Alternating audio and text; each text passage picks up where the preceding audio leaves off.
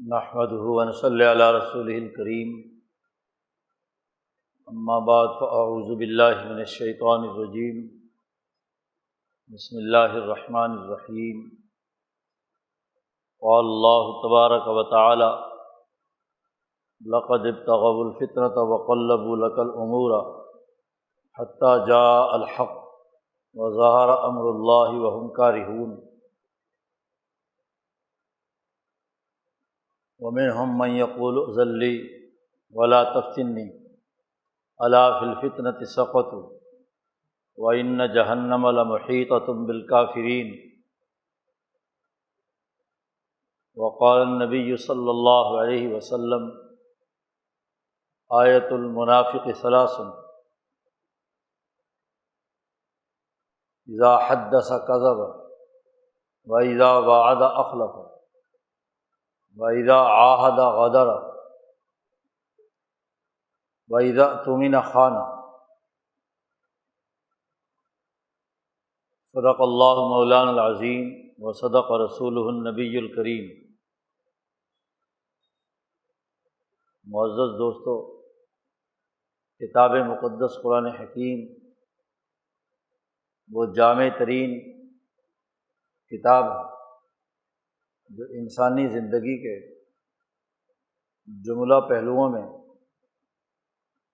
انسانیت کی رہنمائی کرتی ہے۔ کوئی زندگی کا ایسا شعبہ باقی نہیں بچا کہ جس کے حوالے سے اللہ تبارک و تعالیٰ کی اس مقدس کتاب میں کوئی واضح اور دو ٹوک حکم نہ بیان کیا گیا۔ ہر اہم معاملے کے بنیادی اساسی امور متعین کر دیے گئے ہیں اور واضح کر دیے گئے۔ انسانی معاشرہ اجتماعی تقاضوں کے تحت آگے بڑھتا ہے اور اجتماع تبھی ترقی کرتا ہے جب وہ ہموار طریقے سے مسلسل ارتقاء پذیر ہو۔ اس کی قومی شناخت، اس کا اجتماعی نظام انسان دوستی کی اساس پر آگے بڑھے، بلا تفریق رنگ نسل مذہب انسانیت کے لیے ایک واضح ترقی کا راستہ متعین ہو جائے۔ انسانیت اپنے اصل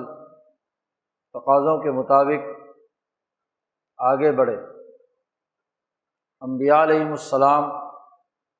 کے واسطے سے اللہ تبارک و تعالی ان تمام امور پر رہنمائی فرماتے ہیں۔ خاص طور پر امام الانبیاء حضرت محمد مصطفیٰ صلی اللہ علیہ وسلم کہ جو نہ صرف ایک قوم بلکہ کل اقوام عالم کے لیے رحمت للعالمین بنا کر بھیجے گئے ہیں، تو کل انسانیت کیسے ترقی کرے، اس کا طریقہ کار کیا ہوگا، اس کے لیے جد و جہد کا راستہ کون سا ہوگا، اس کا تعین بھی اللہ پاک نے نبی اکرم صلی اللہ علیہ وسلم پر نازل ہونے والی کتاب مقدس قرآن حکیم میں متعین کر دیا۔ دین اسلام کی تعلیمات میں اس حقیقت کو بڑی وضاحت کے ساتھ بیان کیا گیا کہ انسان دوستی کا سچا نظام، جسے دین الحق سے تعبیر کیا گیا ہے، اسے دنیا میں غالب ہونا، ان تمام نظام حیات اور ادیان باطلہ پر جو انسانیت کے لیے منفی سوچ رکھتے ہیں، منفی کردار ادا کرتے ہیں، انسانی معاشروں میں فتنہ پردازی کرتے ہیں، معاشروں کے لیے نقصان کا باعث بنتے ہیں، سیاسی زوال اور معاشی فساد کا ذریعہ بنتے ہیں۔ ایسے نظام حیات کو توڑنا اور اس کے مقابلے میں انسانیت دوست نظام قائم کرنا، بین الاقوامی سطح پر یہ کام کرنا، یہ حضرت محمد مصطفیٰ صلی اللہ علیہ وسلم کی اللہ پاک نے ذمہ داری عائد کی تھی آپ پر کہ آپ لیظہرہ علی الدین کلہ کے تقاضے کے تحت دنیا میں مبعوث کیے گئے، دین حق کو ادیان باطلہ پر غالب کرنا ہے۔ اسی ضمن میں انسانیت کو قومی اور بین الاقوامی انتداب سے، ظلم و استحصال سے نجات دلانے کے لیے آپ صلی اللہ علیہ وسلم نے جو جد و جہد اور کوشش کی وہ یہ کہ سب سے پہلے حجاز کی وہ ظالمانہ حکومت جو ابو جہل کی قیادت میں جہالت اور انسانیت دشمنی کا کردار ادا کر رہی تھی، آپ صلی اللہ علیہ وسلم نے اس کا خاتمہ کیا، اور صلح حدیبیہ کے موقع پر آپ صلی اللہ علیہ وسلم کی سیاسی طاقت اور حکومتی قوت کو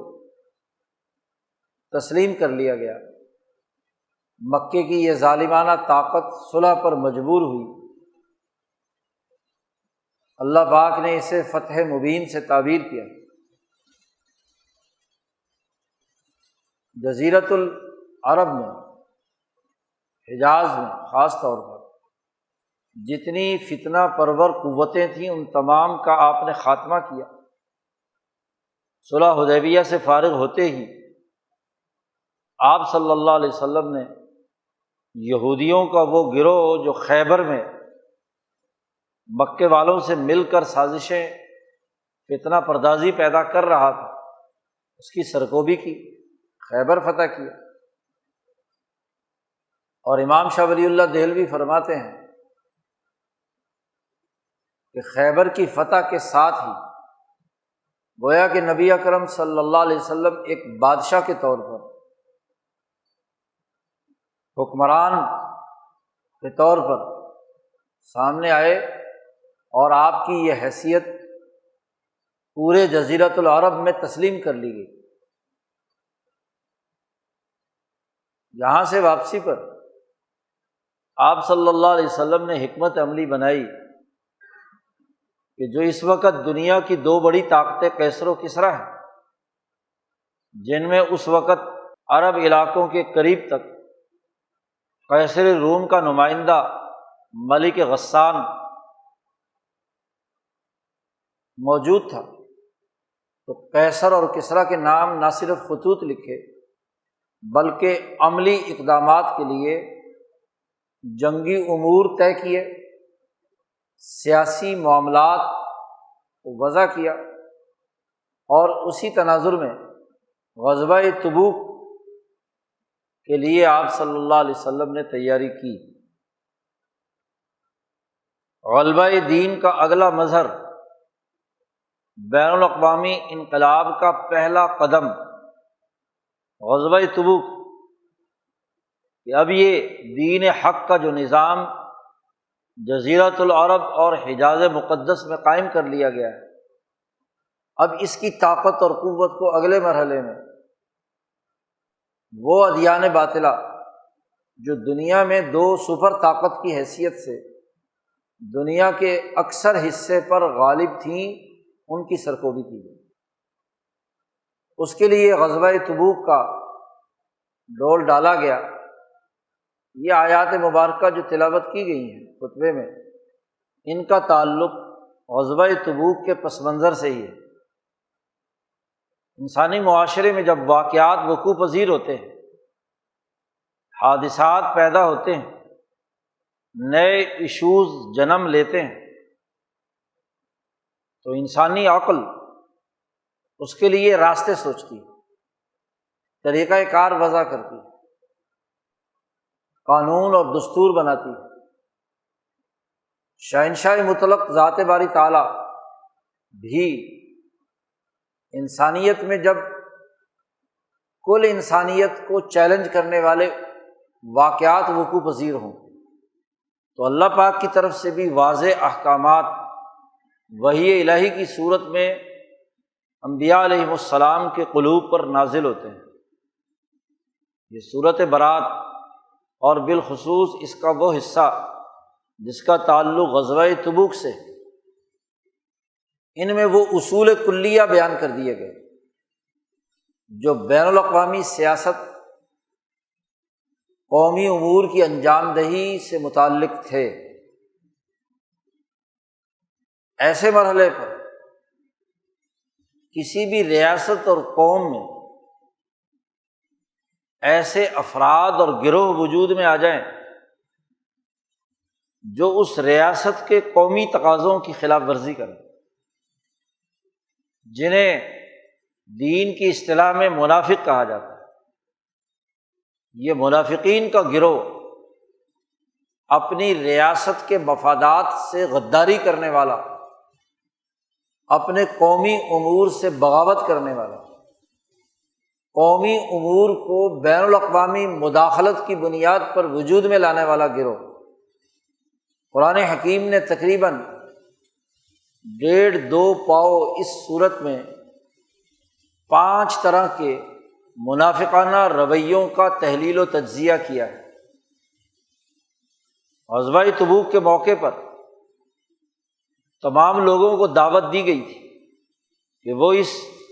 اجتماعی طاقت اور اس پاور کے اظہار کے لیے جو قوت نبی اکرم صلی اللہ علیہ وسلم نے مجتمع کی ہے، تو تمام لوگ اس میں شریک ہیں۔ اور حدیبیہ کے فوراً بعد سورۃ الفتح میں اللہ پاک نے وہ اعراب جو فتح مکہ کے موقع پر یا صلح حدیبیہ کے موقع پر نہیں گئے تھے، ان کے بارے میں صاف طور پر کہہ دیا تھا کہ ان کو ستدعون الی قوم اولی بأس شدید، ان قریب تمہیں ایک بین الاقوامی جنگ کے لیے عالمی کیل کانٹے سے لیس فوج کی طرف مقابلہ کرنے کے لیے بلایا جائے گا، پھر پتہ چلے گا، اور پھر اس کے نتائج بھی ساتھ بیان کر دیے۔ تو قاتلونہم او یسلمون، تم ان سے قتال کر کے ان کو فارغ کر دو، یا یہ کہ وہ سرنڈر کر جائے، جھک جائے، مسلمان ہو جائیں یا صلح پر مجبور ہو جائیں، دونوں صورتیں، اس کے علاوہ کوئی اور آپشن نہیں ہے۔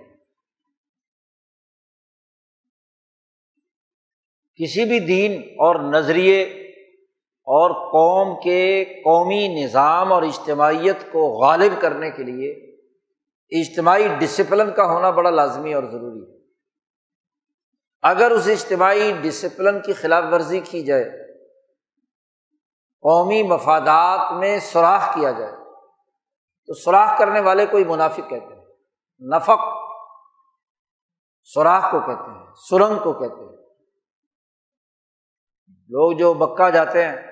تو سرنگوں کے اوپر نفق لکھا ہوتا ہے، تو نفق کسی چیز کے اندر سوراخ کا ہو جانا، بوری میں سوراخ ہو جائے تو دانے گرنا شروع ہو جاتے ہیں، کسی برتن میں سوراخ ہو جائے تو اس سے چیزیں بہنا شروع ہو جاتی ہیں، کسی کشتی میں سوراخ ہو جائے تو کشتی میں پانی بھرنا شروع ہو جاتا ہے۔ تو منافق دراصل وہ فرد اور وہ جماعت جو ان قومی امور کے اندر ایسا سوراخ کرتا ہے، اور بسا اوقات وہ ایسا خفیہ سوراخ ہوتا ہے کہ پتہ بعد میں چلتا ہے، وہ اس پوری اجتماعیت کی کشتی کو ڈبونے کے لیے کافی ہوتا ہے۔ اس لیے قرآن حکیم نے کافروں سے زیادہ منافقوں کے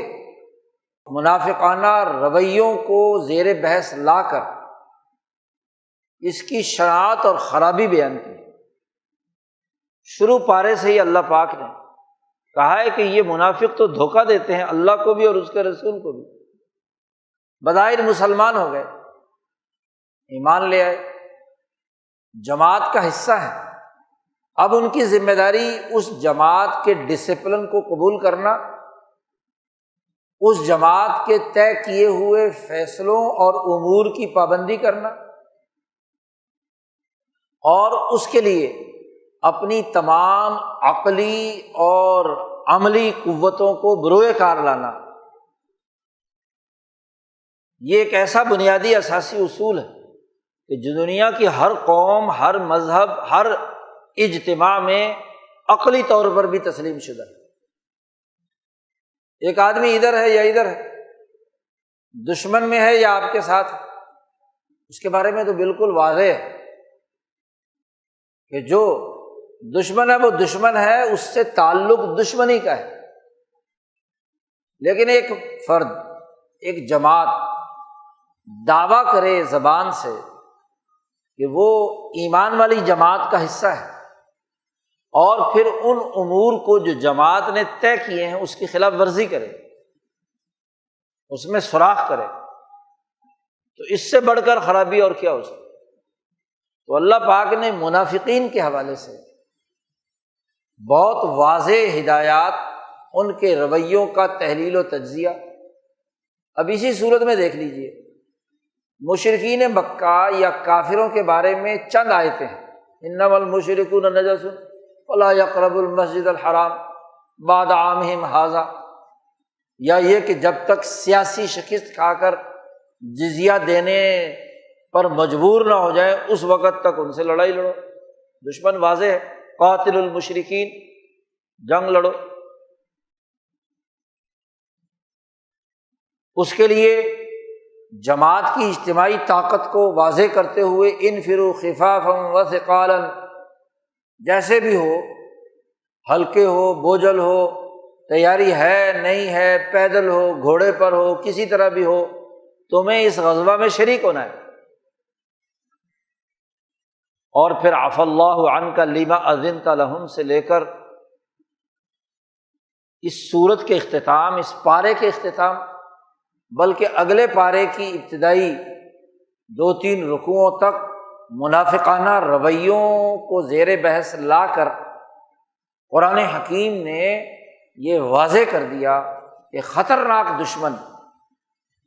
منافق ہوتا ہے، فاسق ہوتا ہے، فاجر ہوتا ہے،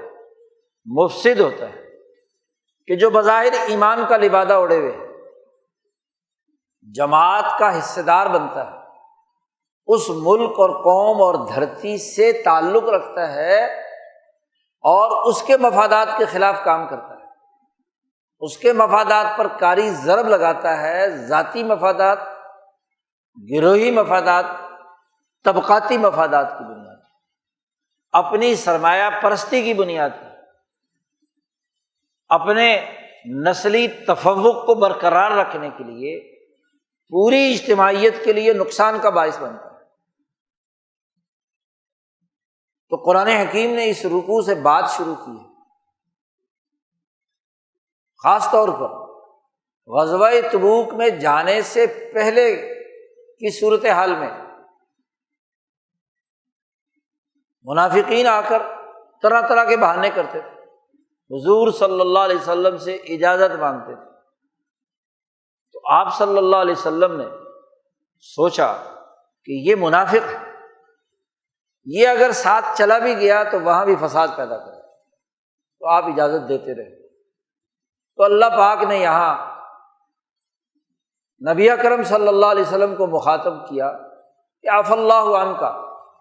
اللہ آپ کو معاف کرے، لما اذنت لہم، آپ کیوں ان کو اجازتیں دے رہے ہیں؟ جب تک عملی طور پر ان کی خرابی سامنے نہ آئے، آپ کو تو معلوم کرنا تھا، آپ کو ذاتی طور پر تو معلوم ہے، لیکن ساری قوم کے سامنے ننگا کرنا تھا کہ یہ جماعتی ڈسپلن کے پابند نہیں ہے، ایک قومی تقاضا پیدا ہوا ہے اور بین الاقوامی طاقت سے مقابلہ ہے۔ غزوہ تبوک میں جہاں آپ صلی اللہ علیہ وسلم کے پیش نظر کیسر و کسریٰ کے اس نظام کو توڑنے کا عمل تھا۔ وہیں ملک غسان جو نمائندہ تھا قیصر کا، اس کی طرف سے وہ حرکات و سکنات ہو رہی تھی کہ وہ جزیرۃ العرب کی طرف کوئی نہ کوئی حرکت پیدا کرنا چاہتا تھا۔ اندازہ ہو رہا تھا کہ ایک نئی ریاست ابھر رہی ہے، خاص طور پر جب آپ کا خط اسی غسان کے واسطے سے ہرقل تک پہنچا، اور ہرقل نے جب ابو سفیان سے سوالات کیے تو اس سے یہ حقیقت کھل کر سامنے آ گئی تھی۔ خود ہرقل نے کہا کہ اندازہ یہ ہوتا ہے کہ یہ جو خط لکھنے والے صاحب ہیں یہ ضرور ہم پر غالب آ کر رہیں گے۔ بخاری کے الفاظ ہیں جو حدیث روایت کی گئی ہے حضرت ابو سفیان کی، کہ اس نے کہا کہ اندازہ یہ ہو رہا ہے کہ یہ طاقت اور قوت ایک وقت آئے گا کہ میرے قدموں کی یہ سرزمین اس کی حکمرانی میں داخل ہو جائے گی، اور اس کا اپنا علم نجوم، اس سے بھی یہ بات اسے معلوم تھی کہ ملک الختان قد ظہر، جس قوم کی ختنہ ہوتی ہے اس کا حکمران غالب آ کر رہے گا، ستاروں کی چالیں بتا رہی ہیں۔ انہیں یقین تھا، تو وہاں کھلبلی مچی ہوئی تھی اس پورے علاقے میں، قبل اس کے کہ وہ طاقت اکٹھی کر کے مدینہ پر حملہ آور ہو۔ نبی اکرم صلی اللہ علیہ وسلم کی سیاسی بصیرت نے یہ فیصلہ کیا کہ آپ صلی اللہ علیہ وسلم اپنی طاقت، اپنی پاور شو کریں۔ مکہ کے سامنے تو طاقت واضح ہو گئی اور وہ صلح پر مجبور ہو چکے ہیں، معاہدے کے تحت اب وہ مقابلے پر نہیں آئیں گے، تو اب اپنی سیاسی طاقت ظاہر کرنی ہے، غالب کرنی ہے ان طاقتوں پر جو بین الاقوامی قوتوں کی نمائندہ ہیں۔ اس تناظر میں آپ صلی اللہ علیہ وسلم نے اللہ کے احکامات کے تحت جو قرآن حکیم نے حکم جاری کیا کہ انفروا خفافا وثقالا وجاہدوا باموالکم وانفسکم، نکلو یہاں سے، چلو اس جنگ میں۔ ہر آدمی کو چاہے اس کے پاس سواری ہے یا نہیں ہے، اسلحہ ہے یا نہیں ہے، خفافا وثقالا، اکیلا ہے، کوئی اسباب ہیں یا نہیں ہے، نکلنا ہے۔ نفیر عام کہ سب لوگ اس سیاسی طاقت کے لیے نکلے۔ جیسے صلح حدیبیہ کے موقع پر بھی نبی اکرم صلی اللہ علیہ وسلم نے عمومی اعلان کیا تھا کہ عمرے کے لیے ہم جا رہے ہیں، تو تمام جتنے لوگ دعوے دار ہیں ایمان کے، چاہے وہ دیہاتی ہیں یا شہری، سب لوگ ہمارے ساتھ چلے۔ حکمت عملی یہ تھی کہ نبی اکرم صلی اللہ علیہ وسلم جب اچانک مکہ پہنچیں گے عمرے کے لیے، تو جتنا بڑا اجتماع ہوگا اتنا بڑا ان پر رعب بھی پیدا ہوگا اور جنگ کے خدشات بھی کم ہوں گے، کیونکہ جنگ کرنا براہ راست کوئی مقصد نہیں، قتل و قتال، اور خاص طور پر حرم پاک کے اندر۔ لیکن صرف 1500 آدمی وہ آپ صلی اللہ علیہ وسلم کے ساتھ گئے، اور باقی جتنے بھی دیہاتی تھے، اعراب تھے خاص طور پر، انہوں نے اس میں شرکت نہیں کی۔ تو جو مقصد مطلوب تھا اس میں ان اعراب نے سستی کی، اور ان 1500 کا عزم اور ارادہ یہ تھا کہ انہوں نے نبی اکرم صلی اللہ علیہ وسلم کے ہاتھ پر بیعت رضوان کی، موت پر بیعت کی، اس لیے ان کا مقام بہت بلند بن گیا۔ اب یہاں ایک بین الاقوامی طاقت کو چیلنج کرنے چلے ہیں، تو اس کے لیے آپ صلی اللہ علیہ وسلم نے اعلان کیا، ہر طرح ہر آدمی جو بھی ایمان والی جماعت اور ریاست مدینہ کی اجتماعیت کا حصہ ہے اسے نکلنا ہے، ساتھ چلنا ہے۔ اس کے لیے جو امور آپ نے طے کیے، سیاسی امور، جنگی امور، معاشی اور اقتصادی امور آپ نے تمام سے کہ بھائی جس کے پاس مال ہے لے آؤ۔ ابو بکر صدیق رضی اللہ تعالیٰ عنہ نے اپنا سارا مال آپ صلی اللہ علیہ وسلم کی خدمت میں پیش کر دیا۔ عمر فاروق نے اپنا آدھا مال دے دیا، اور عثمان غنی تو نبی اکرم صلی اللہ علیہ وسلم کی جیب تھے، بیت المال تھا، خزانہ تھا، جہاں جتنی ضرورت پڑتی اتنے وسائل ان سے لے لیتے۔ اور پھر جس کے پاس سواری نہیں تھی، جس کے پاس کوئی اسلحہ نہیں تھا، جس کے پاس کوئی وسائل نہیں تھے، ان تمام معاشی جو وسائل جمع ہوئے انہیں تقسیم کر دیا گیا۔ ممکن حد تک، کیونکہ بہت لمبا سفر تھا، گرمی کا مہینہ ہے، جون جولائی کا مہینہ ہے، کھجور پکی ہوئی ہے جو مدینہ کی فصل ہے سالانہ، ایسے موقع پر آپ صلی اللہ علیہ وسلم نے اس کی پوری پلاننگ کی، اس کا حکمت عملی بنائی، امور طے کیے، ذمہ داریاں سونپی۔ یہ وہ آپ صلی اللہ علیہ وسلم کے فیصلے تھے۔ غزوہ تبوک کے تناظر میں پورا ایک جنگی محاذ گرم کر دیا گیا۔ اب اس موقع پر وہ لوگ جو ایمان کے دعوے دار ہیں، ریاست مدینہ سے فائدے اٹھاتے ہیں، جو عدل و انصاف کا اور امن و امان کا نظام یثرب میں آپ صلی اللہ علیہ وسلم نے قائم کر دیا، اس میثاق مدینہ کے تناظر میں اس سے فائدہ اٹھاتے ہیں، خاص طور پر مالی فائدہ۔ جی اس لیے خیبر جانے کے لیے بھی تیار تھے، لیکن اللہ نے منع کر دیا کہ تم مکہ نہیں گئے تو وہاں نہیں جا سکتے۔ جب تک جدوجہد اور کوشش کر کے ریاست کی آزادی اور اس کے نظریے کے غلبے کے لیے قربانی نہیں دو گے، اس وقت تک تمہیں ملکی وسائل سے استفادے کا کوئی حق نہیں ہے۔ اسی لیے کہا تھا کہ تمہیں ایک عالمی طاقت کی طرف بلایا جائے گا۔ ایسے مرحلے پر انہوں نے نفاق کا کردار ادا کیا،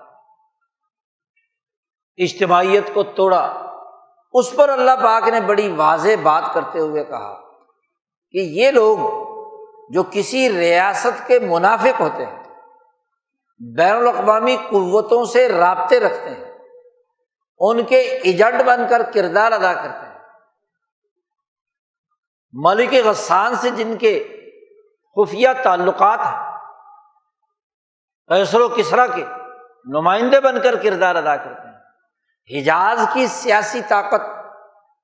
اور اجتماعی قوت میں چھید کرتے ہیں۔ ان کے دو بڑے مرض بیان کیے گئے، لَقَدِ ابْتَغَوُا الْفِتْنَةَ مِن قَبْلُ وَقَلَّبُوا لَكَ الْأُمُورَ۔ ان کی حرکت یہ ہے کہ ایک تو اس سے پہلے انہوں نے اس ریاست مدینہ اور یہاں کی اجتماعی طاقت میں فتنہ پروری کی، اس سے پہلے سے یہ فتنہ پرور ہے، اور اس موقع پر تو خاص طور پر قلبوا لک الامور، آپ کے طے کردہ امور میں یہ تبدیلی اور تغیر پیدا کرتے ہیں، ان کا جرم ہے۔ کوئی قوم اپنے مفادات کے لیے، اپنی آزادی کے لیے، اپنی حریت کے لیے، اپنی قومی غیرت، سیاسی طاقت اور معاشی قوت کے امور طے کرے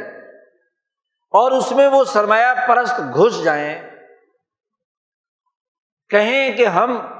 اس قوم کا حصہ ہیں، اور پھر اس ریاست کی اجتماعیت اور پارٹی کی طاقت کو توڑنے کے لیے فتنہ پیدا کر۔ قرآن نے لفظ فتنہ استعمال کیا، بڑی اہم بات۔ ایک ہوتا ہے فساد اور ایک ہوتا ہے فتنہ۔ ایک واضح دشمن ہے، وہ تو فساد پیدا کرتا ہے، وہ تو دشمنی پر اترا ہوا ہوتا ہے، اور اس کے بارے میں انسان واقف ہوتا ہے، لوگوں کو پتہ ہے کہ دشمن، کسی بھی ملک کے جو دشمن آج کل کے دور میں بھی بنے ہوئے ہیں، تو سب کو پتا ہے کہ یہ دشمن ملک۔ اور ایک وہ ہوتے ہیں جو فتنہ پرور ہے۔ فتن یہ اس موقع اور اس حرکت پر اس کا اطلاق ہوتا ہے کہ عام آدمی اس کو نہیں سمجھ پاتا کہ یہ ہمارے مفاد کی بات ہے یا ہمارے خلاف بات ہے، ایسا چکمہ دینا۔ اسی لیے فتنہ ایک آزمائش ہوتی ہے۔ آزمائش تبھی ہو جب وہ ایک پہیلی ہو جس کے دو مطلب نکل سکتے ہیں، دو چہرے ہوں، ذو وجہین، دوغلا پن۔ آزمایا جائے، آزمائش پیدا ہو جائے، اور پھر اس آزمائش میں بعض مخلص یا سادہ لوگ جو ہیں وہ ان کے فتنے کا شکار ہو جاتے ہیں، ان کے اعلی کار بنتے ہیں۔ مقصد تو سوسائٹی میں افتراق و انتشار پیدا کرنا ہے، سیاسی بد امنی پیدا کرنا ہوتا ہے، پارٹی کی طاقت کو توڑنا ہوتا ہے، قوم کی اجتماعیت کے خلاف اقدامات کرنا ہوتا ہے۔ لیکن ایسے ملمہ کاری سے، خوبصورت جملوں سے، ایسی باتوں کے ذریعے سے وہ حرکت کی جاتی ہے کہ بیچارہ ایک عام آدمی فتنے میں مبتلا ہو جاتا ہے۔ جو تو سمجھدار ہے، عقل مند ہے، سیاسی منظرنامے پر، حقائق پر نظر رکھتا ہے، اور مختلف جو کسی سوسائٹی میں تحریکات، سوچ اور افکار پروان چڑھ رہے ہیں، حرکتیں ہو رہی ہیں، ان کے ڈاٹس ملا کر وہ سمجھ لیتا ہے کہ یہ دراصل سازش ہو رہی ہے، یہ خرابی پیدا کی جا رہی ہے۔ عام آدمی اس کو سمجھتا ہے کہ نہیں یار یہ تو ایسے ہی چکر میں آ گیا، امتحان میں ڈال دینا۔ تو فتنہ پروری اس اجتماعی طاقت اور قوت کے خلاف ایک خرابی ان کے اندر یہ ہے، اور یہ جب سے کردار ادا کر رہے ہیں، من قبل، پہلے سے۔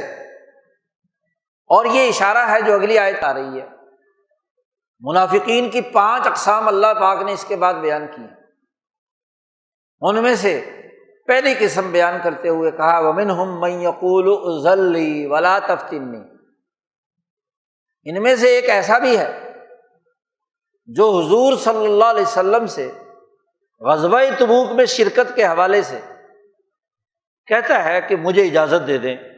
اور مجھے فتنے میں مبتلا نہ کریں۔ خود ولا تفتنی کا جملہ استعمال کرتا ہے۔ یہ وہی منافق ہے جد بن قیس جو صلح حدیبیہ کے موقع پر تھا، 1500 آدمیوں نے حضور کے ہاتھ پر بیعت کی، موت پر یہ واحد آدمی ہے جس نے بیعت نہیں کی، الگ تھلگ رہا۔ بلکہ مکے کی جو طاقت اور قوت ہے ان کے ساتھ تال میل اس کا خفیہ طور پر رہا۔ اسی کو اللہ نے کہا کہ یہ جو فتنہ ہے اس سے پہلے بھی بچا چکا ہے، اور اب فتنے کا لفظ ہی استعمال کر کے کہتا ہے کہ اذن لی ولا تفتنی، مجھے اجازت دے دیجئے اور مجھے فتنے میں مبتلا نہ کیجیے۔ مفسرین کہتے ہیں اس نے فتنے کی بات کیوں کہی؟ کہنے لگا کہ جی آپ جا رہے ہیں قیصر روم کی طرف، غسان کے علاقے پر حملہ آور ہو رہے ہیں، اور وہاں وہ گورے لوگ ہیں تو وہاں گوریاں پھر رہی ہوں گی عورتیں، میں جاؤں گا تو کہیں ان پہ لٹو نہ ہو جاؤں، تو آپ مجھے فتنے میں مبتلا نہ کریں کہ میں ان میموں کے چکر میں پڑ جاؤں۔ یعنی جنگ سے جان چرانے کے لیے، اجتماعی طاقت میں شریک ہونے سے انکار کرنے کے لیے، اجازت مانگنے کے لیے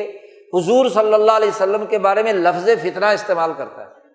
کہ مجھے فتنے میں، آزمائش میں مت ڈالیں، ولا تفتنی، مجھے اجازت دے دیں، کیونکہ مجھ پر شہوت کا غلبہ ہے، میں وہاں گیا تو وہاں لڑکیاں گوریاں پھر رہی ہوں گی تو وہ کہیں ان کے چکر میں پھنس نہ جاؤں۔ اس لیے آپ مجھے جنگ سے معافی دے دیں، اس اجتماعیت میں شریک ہونے سے اجازت دیں۔ اللہ پاک نے کہا الا فی الفتنۃ سقطوا، یہ اس کو فتنہ کہہ رہا ہے، یہ اس اجتماعی امور میں نہ شریک ہو کر خود فتنے میں مبتلا ہو گیا، یہ اس سے بڑا فتنہ ہے۔ اس کا تعلق تو زیادہ سے زیادہ مرد اور عورت کے تعلق سے ہے۔ دماغ خراب ہے کہ آدمی فوجی اور جنگ لڑنے کے لیے دشمن کی طرف جائے اور دشمن کی لڑکیاں تاکتا پھرے۔ اس کو تو جنگ کے لیے جانا ہے تو جو قدم لڑائی کا ہے وہ کرنا ہے نا، یا وہ اس طرح کی منہ ماری کرنا شروع کرے۔ تو جنگ میں شرکت نہ کر کے، اس اجتماعیت میں شریک نہ ہو کر، یہ سب منافقین الا فی الفتنۃ سقطوا، دنیا میں تو یہ فتنے میں مبتلا ہو کر اس سے علیحدہ ہو گئے، اور ان کی سزا جہنم کا ہے، عذاب ہے۔ ان جہنم لمحیطۃ بالکافرین، اللہ پاک نے سخت وارننگ دی۔ دوسرے مفسرین بعض یہ بھی کہتے ہیں کہ یہ عام ہے، ظاہر ہے کہ نازل تو کسی خاص واقعے کے تناظر میں ہوتی ہے، لیکن ایک عمومی قانون بیان کر دیا کہ فتنہ پرور فتنے کا ڈھکوسلا بنا کر سوسائٹی کی اجتماعی طاقت کو توڑنے کے لیے کردار ادا کرتے ہیں۔ مولانا ابوالکلام آزاد اس آیت کی تفسیر میں ترجمان القرآن میں لکھتے ہیں کہ جب میں نے الہلال جاری کیا اور آزادی اور حریت کے لیے علماء کو دعوت دی، رہنماؤں کو دعوت دی کہ انگریز سامراج کے خلاف آزادی کی جنگ میں شریک ہو، جدوجہد کرو، باہر نکلو، تم جو اپنی خانقاہوں، مدرسوں اور مسجدوں اور کونوں کھدروں میں گھسے بیٹھے ہو، اس وقت یہ وہاں گھسنے کا موقع نہیں ہے، باہر نکلو، سیاسی جنگ لڑو، آزادی اور حریت کے لیے کردار ادا کرو۔ تو مولانا آزاد کہتے ہیں کہ میری اس دعوت پر سوائے ایک عالم کے، نام لکھا ہے انہوں نے حضرت شیخ الہند مولانا محمود حسن کا، جنہوں نے میری اس پکار اور آواز کی تائید کی، سرپرستی کی، باقی سب مولویوں نے اور ان کے نمائندوں نے مجھے یہ خط لکھے، باقاعدہ مجھ تک یہ بات پہنچائی کہ آپ ہمیں سیاسی جنگ لڑنے کے لیے باہر سڑکوں اور گلیوں پہ نکالنا چاہتے ہیں، احتجاج کرو، اسٹریٹ پاور ظاہر کرو، آزادی اور حریت کے لیے میدان میں نکلو۔ اور چونکہ مولانا نے یہ کلکتہ سے رسالہ نکالا تھا جو دارالحکومت تھا، انگریزوں کا پہلا تسلط کلکتہ میں تھا، تو مولویوں نے کہا، کلکتے کے مولویوں نے تو خاص طور پر کہا کہ آپ ہمیں باہر سڑکوں پہ نکالنا چاہتے ہیں، وہاں تو گوریاں پھر رہی ہیں، تو ہماری نظر پڑے گی تو ہمارے ایمان کو خطرہ لاحق ہو جائے گا۔ مولانا نے کہا کہ تم تو آج نئی بات کہہ رہے نہیں ہو، یہ بات تو مدینے کے ان منافقوں نے بھی کہی تھی کہ اگر ہم قیصر روم کی طرف جائیں گے تو وہاں گوریاں پھر رہی ہوں گی، ہمارا ایمان خطرہ پہ پڑ جائے گا۔ تو مولانا آزاد نے لکھا کہ الا فی الفتنۃ سقطوا، خبردار تم تو انگریز سامراج کے خلاف آزادی کی جنگ نہ لڑ کر فتنے میں مبتلا ہو گئے۔ اس فتنے کا تعلق تو زیادہ سے زیادہ ارتفاق ثانی کے ساتھ ہے، مرد اور عورت کے تعلقات کے تناظر میں، لیکن سیاسی آزادی اور غلامی کو قبول کیے رکھنا، سیاسی آزادی کی جدوجہد نہ کرنا، یہ ارتفاق ثالث کا معاملہ ہے، قومی جدوجہد اور انقلاب کا معاملہ ہے۔ اس سے تم جان چرا رہے ہو تو فتنے میں تو پڑ گئے تم، الا فی الفتنۃ سقطوا۔ مولانا نے واضح طور پر جب یہ لکھا، 1918 میں سب سے پہلے تفسیر لکھی تھی، تو بتلایا کہ یہ سب مذہبی طبقات گھروں میں دبکے رہے اور وہی بات کہی جو مدینے کے ان منافقوں نے کہی۔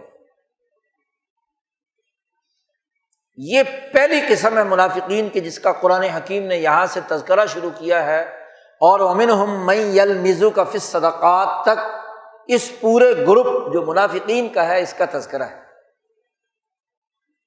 یہ سرمایہ پرست تھا جو کہہ رہا تھا کہ میں فتنے میں مبتلا ہو جاؤں گا، مجھے اجازت دے دو، وَلَا تَفْتِنِي أَلَا فِي الْفِتْنَةِ سَقَطُوا۔ اس نے یہ پیشکش کی کہ میں خود تو نہیں جا سکتا فتنے میں مبتلا، میں پیسے دے دیتا ہوں، مال دے دیتا ہوں۔ تو اللہ نے کہا قُلْ أَنفِقُوا طَوْعًا أَوْ كَرْهًا لَن يُتَقَبَّلَ مِنكُم، تمہارا مال بھی قابل قبول نہیں، خرچ کرو تم خواہش خوشی سے یا کراہت سے، مجبوری اللہ تعالیٰ قبول نہیں کرے۔ کیوں؟ یہ قوم ایسی قوم ہے جو فاسق ہے، ان کا فسق و فجور ہے۔ فاسق وہ فرد ہے کہ جو دعویٰ تو ایمان کا کرتا ہے، اجتماعیت کا حصے دار ہوتا ہے، لیکن سوسائٹی میں درار ڈالتا ہے، انتشار پیدا کرتا ہے۔ فسادہ اور فسقہ، طاقت اور قوت سے فساد مچانا، یہ فسق کھلے عام گویا کہ یہ کفر کے مترادف ہے کہ تم ظلم کی طاقت اور قوت کو یہاں سہارا دیتے ہو اور پھر مال پٹ رکھا دیتے ہو کہ لو جی پیسے لے لو، نہ ہم خود شریک ہوں گے اور نہ کچھ،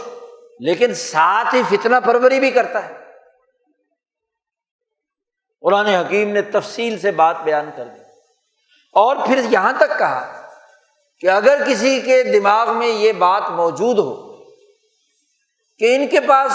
منافق ہونے، فتنہ پرور ہونے، خرابیوں کے باوجود ان کے پاس دنیا کی زندگی کا مال کیسے آ گیا، تو اللہ پاک نے فرمایا کہ ہم نے جو ان کو مال دیا ہے یا ان کے پاس سرمایہ موجود ہے، یہ دراصل اللہ تعالیٰ ان کو خوب عذاب دینا چاہتا ہے۔ دنیا سے جائیں تو اس طریقے سے جائیں کہ ان پر عذاب پورا پورا فٹ ہو چکا ہو، دنیا کی زندگی میں بھی اور آخر میں بھی۔ وَتَزْهَقَ أَنفُسُهُمْ وَهُمْ كَارِهُونَ۔ قرآن حکیم نے یہ تقریباً ایک رکوع پورا، اس کا زیادہ تر حصہ اسی منافق کے تذکرے میں، اور پھر فرمایا یحلفون باللہ انہم لمنکم، یہ اللہ کی قسم اٹھا کر کہتے ہیں کہ ہم تو تمہاری جماعت کا حصہ ہیں، ہم تو مسلمان ہیں، کلمہ گو ہے۔ یہ ایک ایسی قوم ہے کہ جو خوف زدہ ہے، تمہارے ساتھ نہیں ہے۔ یہ فرق خوف کو کہتے ہیں۔ اب جو آدمی منافق ہوتا ہے کسی بھی ریاست کے ساتھ، تو وہ ریاست کے لیے چونکہ دوگلا کام کر رہا ہے، دشمن کو بھی راضی کر رہا ہے کہیں پول نہ کھل جائے، اور یہاں جس ریاست میں رہ رہا ہے ان سے بھی ڈرتا ہے کہ کسی وقت یہاں پول کھل گیا تو یہ بھی جوتے ماریں گے۔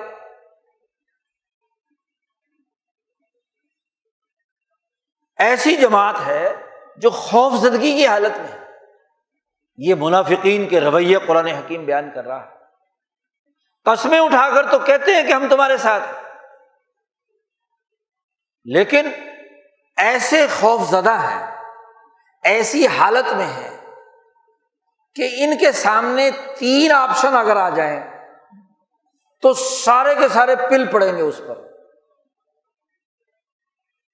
اگر ان کو یہ معلوم ہو جائے کہ کوئی ملجا ہے، کوئی مغارات ہے، کوئی مدخلن ہے، تو لولوا الیہ وہم یجمحون، لو یجدون ملجا او مغارات او مدخلن لولوا الیہ وہم یجمحون۔ پورا منافقین کا ریاست کے ساتھ منافقت کرنے والے سرمایہ داروں کا اللہ نے آئینہ دکھا دیا کہ ان کے رویے کیا ہوتے ہیں۔ 3 باتیں کہی ہیں کہ ان کو کہیں باہر سے کوئی پناہ گاہ مل جائے، مل جان۔ پناہ کون دیتا ہے؟ جو طاقتور جی، بین الاقوامی طاقت ان منافقین کو اگر پناہ دے دے، وہ ان کی سرپرستی کرے تو وہاں بھی داخل ہو جائے۔ کوئی ایسی طاقت نہ بھی دے تو کوئی غار ہی مل جائے انہیں، مغارات، جان بچانے کی کوئی جگہ مل جائے، کوئی بنکر بنایا ہوا ہو انہوں نے، کوئی اپنے لیے محل بنایا ہوا ہو، غار بنی ہوئی ہو، تو وہاں بھی کیا ہے، جیسے ہی موقع ملے گا وہاں بھی گھس جائے۔ او مدخلن، یا کوئی سرنگ، ذرا سی داخل ہونے کی جگہ، معمولی سی سرنگ ایک آدمی جتنی ہوتی ہے، جس میں صرف اکیلا ایک آدمی گھس جائے۔ غار بڑی ہوتی ہے اور پناہ گاہ اس سے بھی بڑی ہوتی ہے۔ 3 ہی ممکنہ شکلیں۔ مداخلت کے لیے کوئی بھی موقع ملے ریاست کے مفادات کو نقصان پہنچانے کا، مداخلت کہتے ہیں جی، مداخلت ہوئی ہے، سازش نہیں ہوئی۔ قرآن نے کہا مداخلن، کوئی بھی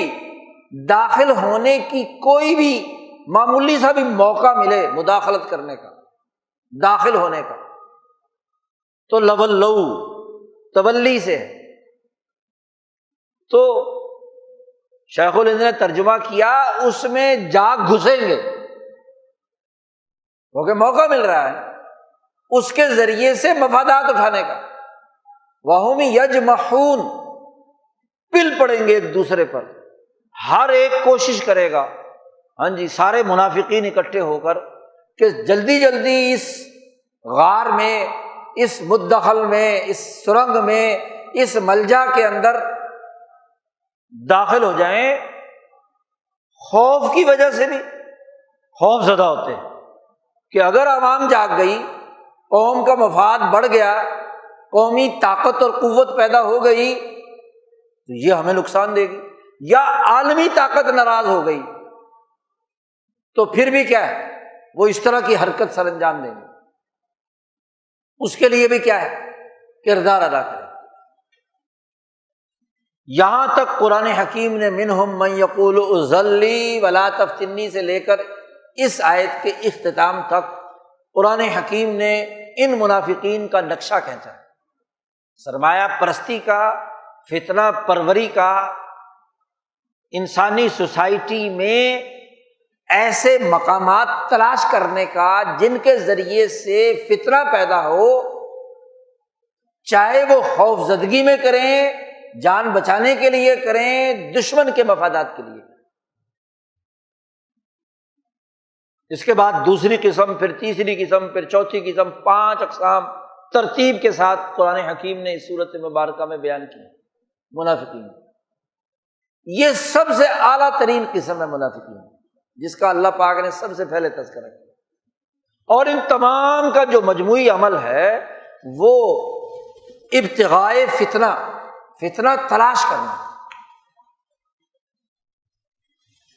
فتنے کے پیچھے پڑ جانا، ابتغاء کسی چیز کی طرف ہر پہلو سے، علمی، عقلی، جسمانی، تمام قوتوں کے ساتھ فتنہ پروری کے لیے کردار ادا کرنا۔ اور قلبوا لک الامور، یہ 5 آگے اقسام جو آ رہی ہیں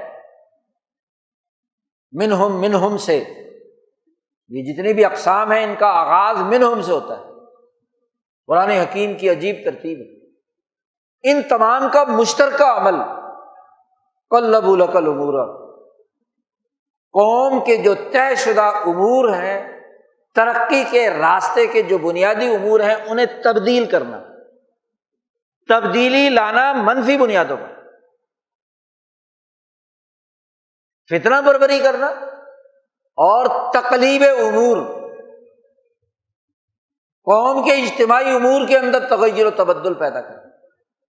یہ غزوہ تبوک کے موقع پر یہ آیات نازل ہو کر انہوں نے کسی قوم کی جو سیاسی امور اور اس قوم میں فتنہ پرور لوگوں کے رویوں کا عکس کھینچ کر قیامت تک کے تمام ادوار میں قوموں کے حالات کے بارے میں طے شدہ اصول اور ضابطے بتا دیے۔ آپ اس کا تجربہ کر لو۔ خاص طور پر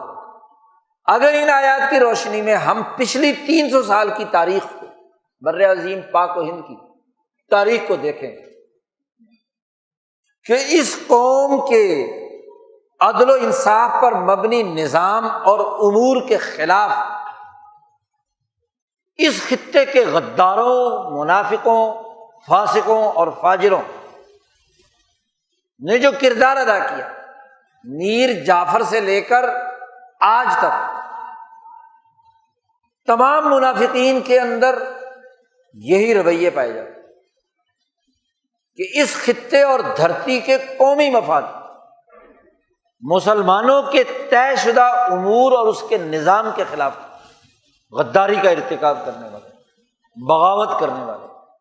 وہ میر جعفر ہو یا میر صادق، یہ تو عنوان بن گئے، ورنہ ہر دور کی تحریک اس پورے پونے 300 سال کے دورانیے 1757 سے لے کر آج 2022 تک 75 سال اس پاکستان کے اور 200 سال برطانوی سامراج۔ ان 300 سالوں میں آپ ہر چیپٹر کھول لو، بنگال کا،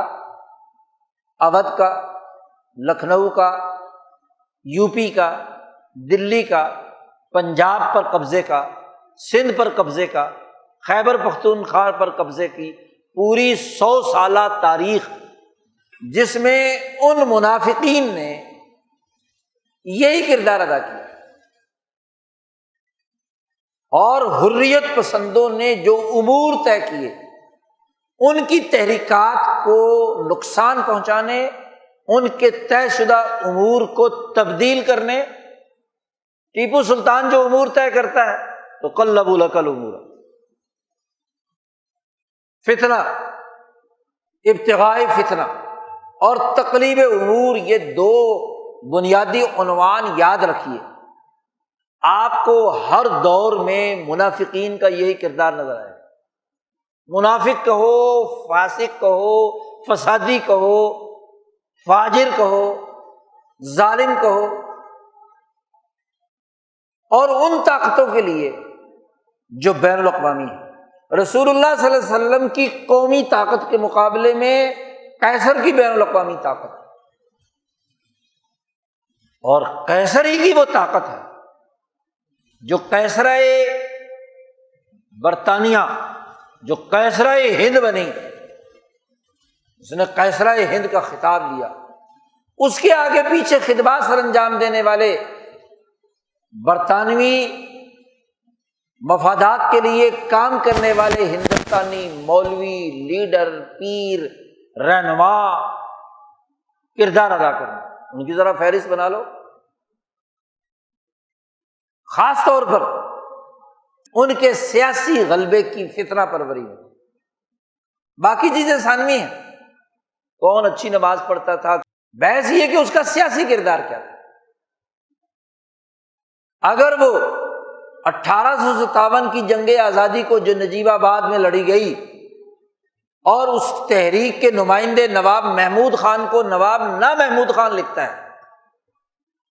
اور اس آزادی کی جنگ کو غدر قرار دیتا ہے، کوئی بھی ہو، چاہے وہ کتنا ہی بڑا سید کیوں نہ ہو، کتنا بڑا عالمی مولوی کیوں نہ ہو، تو غدار وطن ہے، منافق ہے، فتنہ پرور ہے، قلبوا لک الامور، آزادی اور حریت کے امور کو تبدیل کرنے والا ہے۔ وہ دلی میں وہ مولوی رجب علی، قلبوا لک الامور، بادشاہ نے جو امور طے کیے ہیں، آزادی اور حریت کا اعلان کیا ہے، اس کے مطابق جو طاقت بہادر شاہ ظفر پیدا کرنا چاہتا ہے ان تمام امور کو تبدیل کرنے، فتنہ پیدا کرنے، میر صادق ان تمام امور کو تبدیل کرنے جو ٹیپو سلطان طے کرتا ہے۔ جی سید احمد شہید جو امور طے کرتے ہیں تو ان امور کو تبدیل کرنا، فتنہ پیدا کرنا۔ 500 علماء نے فتویٰ دیا سید صاحب کے خلاف کہ یہ ملحد اور زندیق ہیں، چھوٹا موٹا فتویٰ بھی نہیں، جی فتنہ پروری ہے۔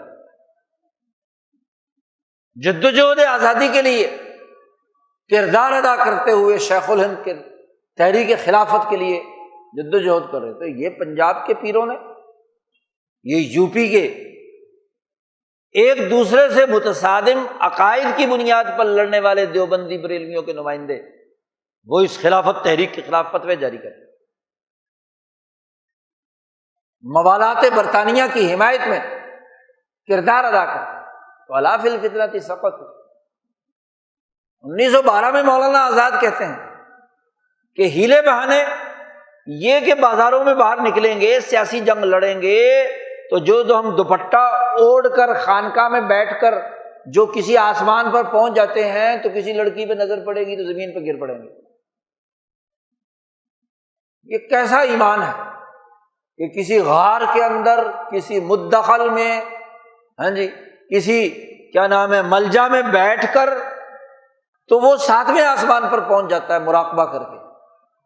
اور سڑک پر ایک لڑکی کے دوپٹے کی مار بھی نہیں ہے، جی کہ دھڑام سے نیچے گر جاتا۔ کیسا ایمان ہے؟ جس ایمان کو لے اڑنے میں ایک لڑکی کردار ادا کرے وہ ایمان کیسا ہوا؟ وہ 7ویں آسمان پر کہاں، وہ تو اسی زمین کے نیچے۔ وہ تخیل ہو سکتا ہے کہ آپ نے خیال باندھ لیا کہ میں اس وقت نور کے فلانے لیئر کے اندر فلانے آسمان پہ سیر کر رہا ہوں، تو تخیلات سے دنیا میں کوئی چیز ہوتی ہے؟ زمین پر آپ کا کردار کیا ہے؟ کیا لیظہرہ علی الدین کلہ کا جو نبوی فرمان ہے اس کے لیے آپ سر بکف ہیں، یا آپ اس سے ہٹا کر اس جدوجہد کے راستے میں فتنہ پیدا کریں؟ قلبوا لک الامور۔ آپ دیکھیے آزادی کی جنگ اختتام کو پہنچ رہی ہے، ہندوستان آزاد ہونا چاہتا ہے، تو عین اس وقت فتنہ پرور اسلام کا لیبل لے کر میدان میں آ جاتے ہیں۔ ابتغاء الفتنہ، قوم پوری کی پوری اجتماعی طاقت کے ساتھ آزاد ہونا چاہتی ہے اور متحدہ طاقت اور قوت سے دنیا کی سپر پاور بننے کے قریب ہے۔ وہاں ایسی آزمائش، ویسا خوبصورت عنوان مذہب کا، اسلام کا، آیات پڑھنے کا، ابتغاء فتنہ۔ اور قلبوا لک الامور، جو حریت پسند 200 سال سے جدوجہد اور کوشش کر رہے تھے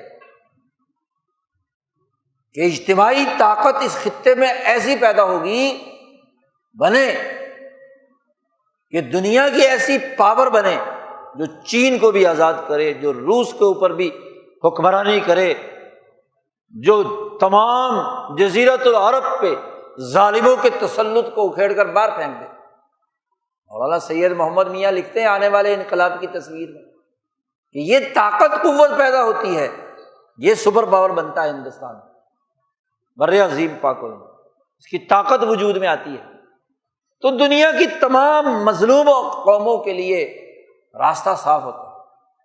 ان کی آزادی اور حریت کا معاملہ، یہ امور طے کیے ہوئے ہیں۔ تو بڑے خوبصورت عنوان سے، بھائی لڑکیوں کے بھرے میں آ کر ایمان جانے والی بات بھی تو بڑی خوبصورت تھی نا جو اس منافق نے کہی تھی،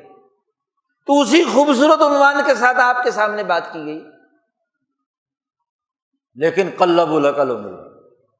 آزادی اور حریت کے پورے کام کو تبدیل کر کے رکھ دیا۔ آج 75 سال ہو گئے وہ اسلام تو غائب ہے، اور 75 سال بعد پتہ چلا ہے کہ قرآن میں ہر قسم کا سود حرام ہے۔ قرآن نے تو 1400 سال پہلے بات کہی تھی، ان کو سارے عدالتی پروسیس کے بعد پتہ چلا کہ سود حرام ہوتا ہے۔ جی عجیب تماشا ہے۔ اور پھر 75 سال کی پوری تاریخ دیکھیں، جب بھی آزادی اور حریت کی اساس پر عوام میں تحریکات برپا ہوتی ہیں، مزدوروں، کسانوں اور قومی اجتماعیت کے لیے، کوئی اتفاق سے لیڈر یا رہنما یا کوئی جماعت آ بھی جاتی ہے اور وہ قومی امور پر عالمی سامراجی طاغوتی قوتوں کے احکامات نہیں مانتا تو یا گولی کا نشانہ بنتا ہے، یا پھانسی ہوتی ہے، یا اس کی سیاسی طاقت کو بڑے خوشنما عنوان کے ساتھ، اسلام کا عنوان ضیاء الحق صاحب نے استعمال کیا، اور رجیم چینج، جی لیاقت علی خان کو قتل کیا، رجیم چینج، ایوب خان کو تختہ سے اتار کر الگ کر دیا، کتا بنا دیا، رجیم چینج۔ آپ دیکھیے کہ یہ قلبوا لک الامور نہیں ہے، امور کی تبدیلی، فتنے کا ارتقاء، جس دور میں بھی کہیں بھی حریت پسند یا قومی سوچ رکھنے والوں نے کبھی کوئی کردار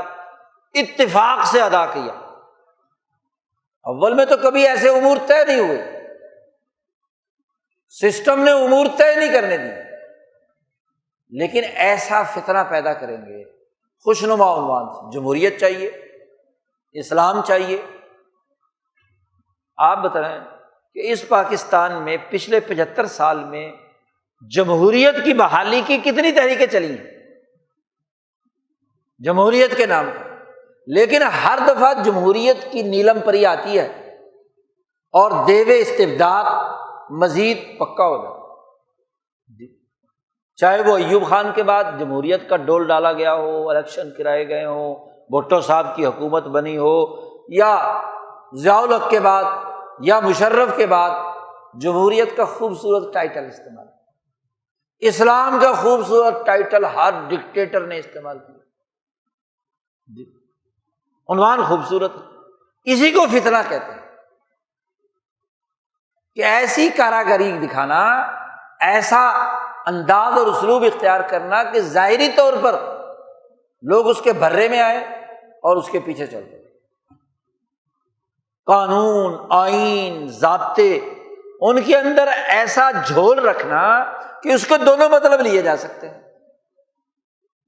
فلور کراسنگ ممنوع ہے، لیکن فلور کراسنگ کرنے والے یا اس کا ارادہ کرنے والے یا اس کی خرید و فروخت کرنے والوں کے لیے کوئی ضابطہ کاری نہیں ہے، مطلب ادھر کا لینا چاہے ادھر کا لے لے، اس پوری لاٹ کو جو جن کو اراکین اسمبلی کہا جاتا ہے، ان سے اگر ادھر کی حکومت بنوانی ہے تو وہاں بھی استعمال کر لیں، جب وہ توڑوانی ہو تو ان کو اٹھا کے ادھر لے لیں۔ تو یہ فتنہ ہے، ایک قانون، ایک معاملہ آپ طے کرنا چاہتے ہیں تو اس معاملے کو دو ٹوک انداز میں طے کیا جائے تو یہ امر ہے، اور اس امر کے اندر دوغلا کام کیا جائے تو یہ فتنہ ہے۔ اس امر کے اصل تقاضوں کو کیا ہے؟ بدل دینا۔ خوشنما عنوان ہے پارلیمنٹ کا، لیکن ایک فتنہ ہے۔ خوشنما عنوان ہے انتظامیہ کا، لیکن فتنہ ہے۔ خوشنما عنوان ہے کسی سیاسی پارٹی کی حکومت کا، جی جمہوریت ہے، پارٹی کی حکومت ہے، لیکن فتنہ پروری ہے۔ جس ادارے کو دیکھ، مذہب کے نمائندے ہیں، فتنہ ہے۔ اس سے بڑا اور فتنہ کیا ہوگا کہ انگریز سامراج کے تسلط کے زمانے میں ان کے خلاف فتویٰ دینے کے بجائے حریت پسندوں کو کافر قرار دینے کے لیے کردار ادا کیا۔ پیر بھی ہے، مولوی بھی ہے، آزمائے فتنہ ہے نا، یہ خانقاہ ہے، کرائے کی خانقاہ۔ ریفرنڈم ہوتا ہے پاکستان میں خیبر پختونخوا میں 1947-48 کے جب ڈاکٹر خان کی حکومت ختم ہوئی تو جی بھاری اکثریت سے الیکشن جیت لیا مسلم لیگ نے، ڈاکٹر خان کی حکومت ختم ہو گئی۔ تو آپ بتلائیے کہ کون سا ایسا موقع نہیں ہے جہاں مذہبی طبقوں، نمائندوں، پیروں، بیوروکریٹس، عدالتی نظام، اندازہ لگائیے کہ انڈیا ایکٹ 1935 کے قانون کے تحت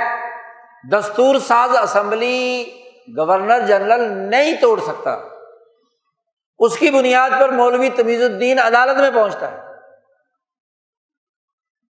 تو عدالت کے سامنے سرکاری وکیل دلائل دیتے ہوئے کہتا ہے کہ بھئی ٹھیک ہے، انڈیا ایکٹ کے تحت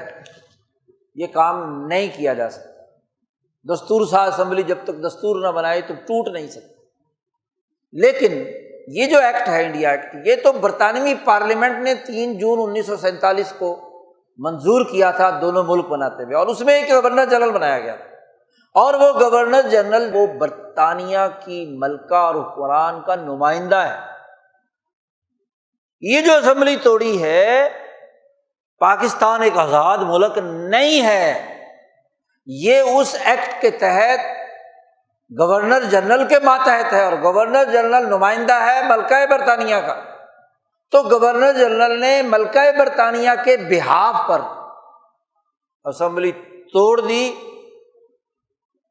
تو آپ کے چیف جسٹس نے منظور کرتے ہوئے کہا ہاں جی بالکل ٹھیک ہے، اسمبلی سے ہی ٹوٹی، یعنی انہوں نے مہر تصدیق ثبت کر دی کہ آپ آزاد نہیں ہیں، آپ ملکہ برطانیہ کے غلام ہیں، اور گورنر جنرل اس کا نمائندہ ہے، گورنر ہوتا ہی نمائندہ صدر کا ہے یا بادشاہ کا ہے، تو اس کا نمائندہ ہے، اس نے اس کی بنیاد پر کیا اسمبلی توڑی ہے۔ عنوان آزادی کا، اسلامی جمہوریت کا، عدالت کا، لیکن اس سے بڑا فتنہ کوئی تھا؟ بھٹو کی پھانسی پر خود پھانسی دینے والا جسٹس وہ بیان کر رہا ہے، جو اس بینچ کا حصہ ہے، جسٹس نشیم حسن شاہ جو بعد میں چیف جسٹس بنا، اس نے کہا کہ بھائی جج کا کام ہے انصاف کرنا، لیکن کیا کریں جی، جج بھی انسان ہے، ان کی بھی ملازمت ہوتی ہے، تو ان کے اوپر دباؤ ہوتا ہے، انہوں نے پھر دباؤ کے تحت فیصلے کرنے ہوتے ہیں، تو یہ فیصلہ قابل دفاع تو نہیں ہے، لیکن ہم مجبور تھے، ہمیں آرڈر ملا، لیکن اس عدالت کے فیصلے کا خود دفاع عدالت نہیں کر رہی، کسی عدالت میں نظیر کے طور پر پیش نہیں ہوا بھٹو کا مقدمہ۔ الا فی الفتنۃ سقطوا، فتنے میں تو یہ خود پڑ گئے، آج تک یہی معاملہ ہے، اور آج تک یہ معاملہ اس پوری تاریخ میں، بلکہ انگریزوں کے غلبے کے 200 سالہ دور میں جو قرآن نے نقشہ کھینچا ہے کہ قسمیں اٹھا کر کہتے تو یہ ہیں کہ ہم مسلمان ہیں، اس خطے کے ہیں، یحلفون باللہ، اللہ کی قسم اٹھا کر کہتے ہیں کہ انہم لمنکم، کہ تمہارے میں سے ہی ہم بھی، لیکن قرآن کہتا ہے کہ نہیں، یہ تمہارے میں سے نہیں ہے۔ ان کا حال تو یہ ہے کہ لو یجدون ملجأ او مغارات او مدخلا لولوا الیہ وہم یجمعون، ان کا حال تو یہ ہے کہ ان کو ذرا سا بھی ان تینوں میں سے کسی ایک جگہ پر پناہ ملے، دخل اندازی کا موقع ملے، کہیں ان کو کوئی غار مل جائے تو وہاں یہ گھس کر تمہارے ملک اور قوم کو نقصان پہنچانے کے لیے کردار ادا کریں۔ تاریخ اٹھا کر دیکھ لو، یہ تینوں کام مختلف مراحل میں ان تمام غداروں نے، میر جعفر سے لے کر اب تک، آپ کی دونوں حکومتوں نے تسلیم کر لیا ہے، پہلی والی نے بھی اور اس وزیر اعظم نے بھی، کہ مداخلت ہوئی ہے۔ تو یہی تو مداخلت ہے، کس کی ہوئی ہے؟ دشمن کی ہوئی ہے، اور مداخلت کس کے ذریعے سے ہوئی ہے؟ ان کے ذریعے سے جو اس مدخل میں داخل ہوئے، جنہوں نے اس کے اندر دخل اندازی کی ہے۔ وہ خود تو آ رہی، ملک غسان خود آیا تھا مدینے میں شرارت کرنے کے لیے، اس کو تو یہ جرت ہی نہیں ہو رہی، اس کے نمائندے تھے نا جو مدخلاً تھے۔ الا فی الفتنۃ سقطوا، فتنے میں تو مبتلا ہو گئے جی۔ اور یاد رکھیں قرآن حکیم نے جو دھمکی دی ہے وہ کوئی ایسے نہیں ہے کہ ختم ہو جائے، وَإِنَّ جَهَنَّمَ لَمُحِيطَةٌ بِالْكَافِرِينَ۔ یہاں اگر یہ بچے ہوئے ہیں، یہ سارے غداران وطن، ان تمام کے لیے جہنم تیار ہے، وہ میر جعفر ہو، میر صادق ہو، یا کوئی تمہارا بڑا کوئی لیڈر ہو، وہ جہنم نے اس کا احاطہ کیا ہوا ہے۔ جس نے بھی غداری کی ہے، جس نے بھی اس ملک اور قوم کو پچھلے 300 سال میں بیچا ہے، جہنم تیار ہے اس کے۔ ممکن ہے کہ دنیا میں کی جہنم میں ہی گرفت میں آئے اور ہوئے، جیسے دنیا میں ذلیل ہو گیا وہ منافق جو یہ بات کہہ رہا تھا، وہ منافقین کی پوری جماعت ہزیمت خوردہ ہوئی، دنیا ان کے لیے جہنم بن گئی۔ جب قرآن نے ان کی ساری باتیں نقل کر دی تو منہ چھپانے کے لیے ان کے پاس جگہ نہیں تھی مدینے میں جی۔ اور آخرت کی جہنم تو ضرور ہے، تو دنیا بھی جہنم بن جاتی ہے اور آخرت بھی جہنم بن جاتی ہے۔ تو قرآن حکیم بڑا کھول کر بات بیان کرتا ہے۔ اب ہوتا کیا ہے، سورۃ برات پڑھیں گے، یہ آیات بھی پڑھیں گے، وہاں جو شان نزول میں افراد یا جماعتیں آ رہی ہیں ان کے اوپر فٹ کریں گے اور گزر جائیں گے، ان کو اپنی سوسائٹی پر اطلاق کرنا، یہ ہے حریت پسند علماء کا طریقہ، امام شاہ ولی اللہ کا، شاہ عبد العزیز کا، سید احمد شہید کا، اور اس جماعت سے وابستہ لوگ، شیخ الہند مولانا محمود حسن، امام انقلاب مولانا عبید اللہ سندھی کا، امام الہند مولانا ابوالکلام آزاد کا، شیخ الاسلام مولانا حسین احمد مدنی کا، کہ قرآن کو جیتا جاگتا اپنی سوسائٹی کے امور پر اس کا اطلاق کرو اور اس کے تناظر میں عبرت حاصل کرو۔ فَاعْتَبِرُوا یا اولي الابصار، اور صاحب بصیرت لوگوں عبرت حاصل کرو ان واقعات کے تناظر میں۔ اگر قوم عاد و ثمود اور اسی طرح قوم جالوت اور اس کے بعد عذاب بھگتنے والی یہودیوں کے واقعات قرآن نے مکے اور مدینے کے کافروں اور منافقوں کی عبرت کے لیے بیان کر کے کہا فَاعْتَبِرُوا یا اولي الابصار،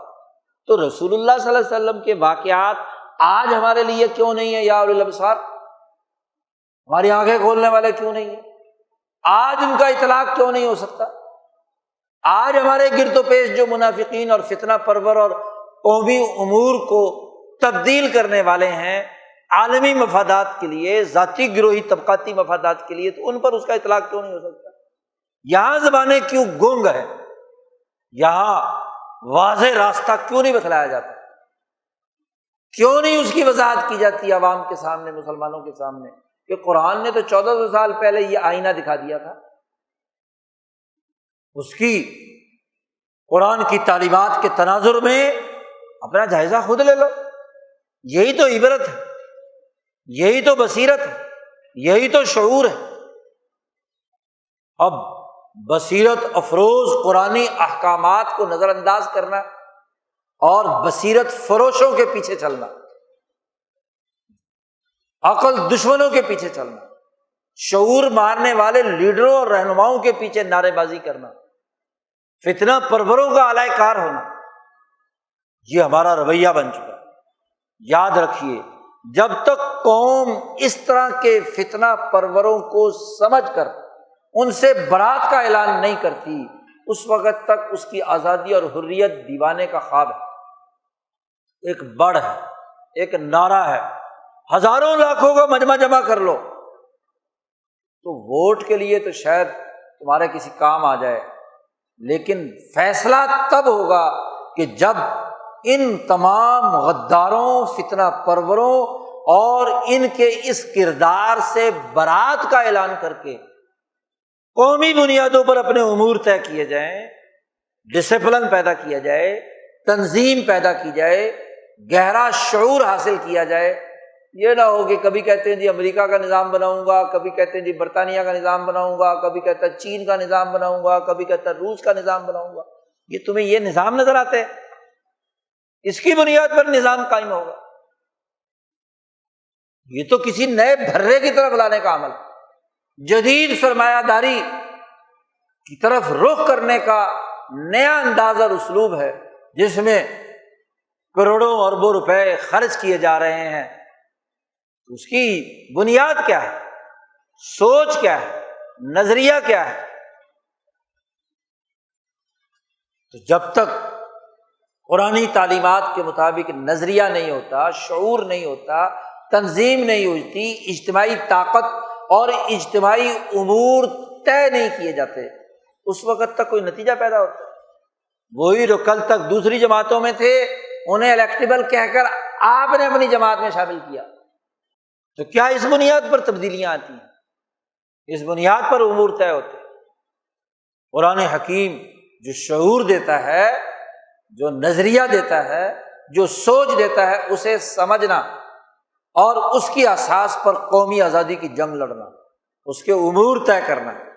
اس کے لیے کردار ادا کرنا، فتنہ پروروں سے برات کا اعلان کرنا، یہ لازمی اور ضروری ہے۔ ورنہ تو بابا کہانیاں ہیں، کہانیاں جتنی سنا دو، صحافی سنا دیں، سیاسی لیڈر سنا دیں، مذہبی لیڈر سنا دیں، رہنما سنا دیں، تو کہانیوں سے دنیا میں کوئی تبدیلی نہیں آتی۔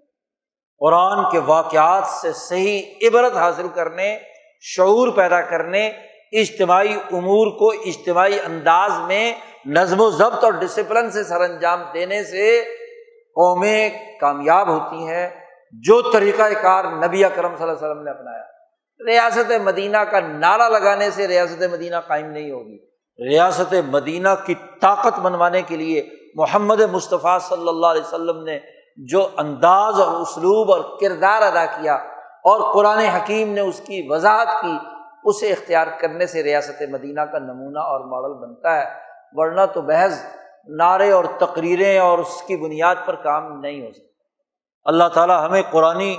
آیات کا صحیح شعور اور اس کی اساس پر درست جدوجہد اور کوشش کرنے کی توفیق عطا فرمائے۔ وآخر دعوانا ان الحمد للہ رب العالمین۔